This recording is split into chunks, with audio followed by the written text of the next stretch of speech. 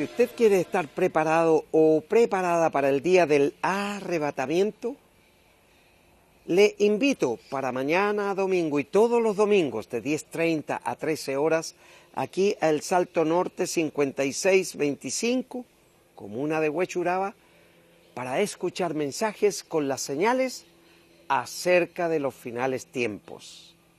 Serán muy bienvenidos y bienvenidas. Y ahora hemos llegado al momento de escuchar la palabra de Dios para esta mañana en el Evangelio de Juan, capítulo 3, versos 14 al 16, y dice así la palabra de Dios. Y como Moisés levantó la serpiente en el desierto, así es necesario que el Hijo del Hombre sea levantado, para que todo aquel que en él cree no se pierda, mas tenga vida eterna. Porque de tal manera amó Dios al mundo, que ha dado a su Hijo unigénito para que todo aquel que en él cree no se pierda, mas tenga vida eterna. Lo reitera, Jesús está hablando aquí en una entrevista excepcional y anormal, porque estaba hablando con Nicodemo, que era uno principal de la sinagoga, y del Sanedrín, por supuesto, que era el que gobernaba política y religiosamente a Israel. Vino a Jesús de noche porque le causaba gran impresión lo que Jesús hacía y decía, los milagros concordantes con su palabra. Y entonces Jesús le dice a Nicodemo, después de haberle dicho que era necesario que él tenía que nacer de nuevo. Y eso es lo que pasa con usted y lo que pasó conmigo también. Yo nací de nuevo, porque nací sin Cristo, pero cuando vine a Cristo, nací de nuevo, una nueva criatura. Y es lo que Dios espera con usted, amigo y amiga, que no ha hecho esta decisión la más importante de la vida. No hay otra decisión más importante que esta: recibir a Cristo como Señor y Salvador personal. Entonces vino Jesús y le contestó a Nicodemo lo siguiente: y como Moisés levantó la serpiente en el desierto, así es necesario que el Hijo del Hombre, o sea, estaba hablando de él mismo, sea levantado. ¿Qué pasó? Él, como presidente o importante en el Sanedrín, Nicodemo, tenía que conocer lo que había pasado con el pueblo de Israel en el éxodo desde Egipto hacia la tierra prometida. Y entonces en el desierto, por causa de la desobediencia del pueblo, no someterse a los mandatos y los designios de Dios a través de Moisés, mandó una plaga de serpientes, tanto así que en un día murieron 23,000 personas. Entonces, desesperada, la congregación, el pueblo, viene a Moisés y le dice: mira, estamos muriendo. Entonces Dios Moisés habla con Dios y le dice: Señor, ¿qué debo hacer? Entonces Dios le dice a Moisés: haz una serpiente de bronce y ponla en un mástil lo más alto que puedas, de manera que cualquier persona, por lejos que esté alrededor, solo mirando a la serpiente, de bronce que está levantada, no muera, sino que viva. Por supuesto, las serpientes eran venenosas. Entonces, por eso Jesús le dice: así como Moisés levantó la serpiente en el desierto, así es necesario que el Hijo del Hombre, refiriéndose a él, sea levantado, para que todo aquel que en él cree no se pierda, mas tenga vida eterna. Aquí entramos a una situación muy especial, porque Jesús está diciendo aquí que hay dos alternativas: o se salva o se pierde. Porque dice, para que todo aquel que en él cree no se pierda, o sea, se salve y tenga vida eterna. Pero el que no cree se va a perder. Ahora usted me dirá, pastor, pero yo creo en Dios. Está bien. La palabra dice que también los demonios creen y le tiemblan a Dios. La cosa es creer y obedecer a Dios. ¿Y qué es lo que hay que obedecer a Dios Padre?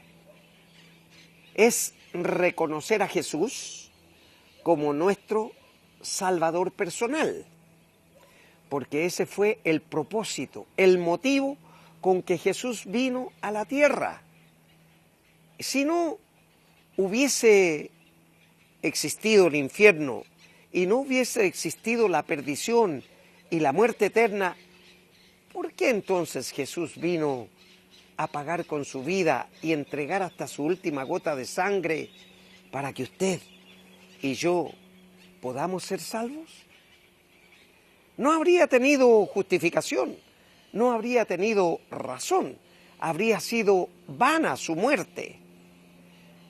Pero Pablo después lo enseña más adelante, dice que no es en vano, sino que había un propósito. Y aquí es lo que Jesús le está diciendo a este hombre principal de los judíos, miembro del Sanedrín, y que vino de noche para ocultarse del resto de sus colegas y después no le apuntaran con el dedo, tú fuiste a él, también quieres ser de los mismos, y no sufrir las consecuencias de bullying, que hoy día conocemos como bullying, pero la risa, la mofa, el ningüeneo de sus colegas miembros del Sanedrín.